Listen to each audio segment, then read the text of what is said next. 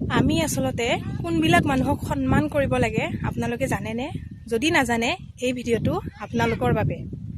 আমি আসলতে এনেকুৱাখিনি মানুহক সন্মান দিব লাগে যিখিনি মানুহে নিজৰ ইমানখিনি কৰ্ম ব্যস্ততাৰ মাজতো যে নিজৰ এই বহুমূলীয়া সময়খিনি আনৰ বদনাম কৰি, আনৰ দুখ গুণ খুচৰি, কোন কলৈ গৈছে, কি খাইছে, কি পিন্ধিছে, কাৰ লগত গৈছে, এইবিলাক যে ভাবি থাকে, আলোচনা কৰি থাকে, এইকেইজন মানুহক আচলতে আমি সন্মান কৰিব লাগে। কাৰণ সিহঁতৰ এইটো এটা সাহসিকতা হয়।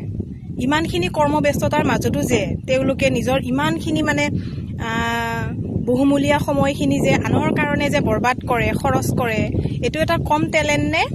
এইবিলাক মানুহক আচলতে এনেকুৱা এটা কৰিব লাগে, বিচাৰি বিচাৰি এওঁলোকক যেন সন্মান দিব লাগে। সেইকাৰণে কৈছোঁ, এই ভিডিঅ'টো ইমানেই শ্বেয়াৰ কৰক যাতে সেই মানুহখিনি ওচৰলৈ যায়। আৰু সেই মানুহখিনিয়ে যদি মোৰ ভিডিঅ'টো চাই আছা, এখন এনেকুৱাকৈ দাঙি দিবা, আৰু আপুনি য'তেই নাথাকক আপোনাক আমি সন্মানেৰে বিচাৰি এখন ফুলাম গামোচাৰে সম্বৰ্ধনা দিম বুলি ভাবিছোঁ। সেইকাৰণে ভিডিঅ'টো শ্বেয়াৰ কৰক। আৰু এনেকুৱা ধৰণৰ মানুহখিনিক মোৰ ফালৰ পৰা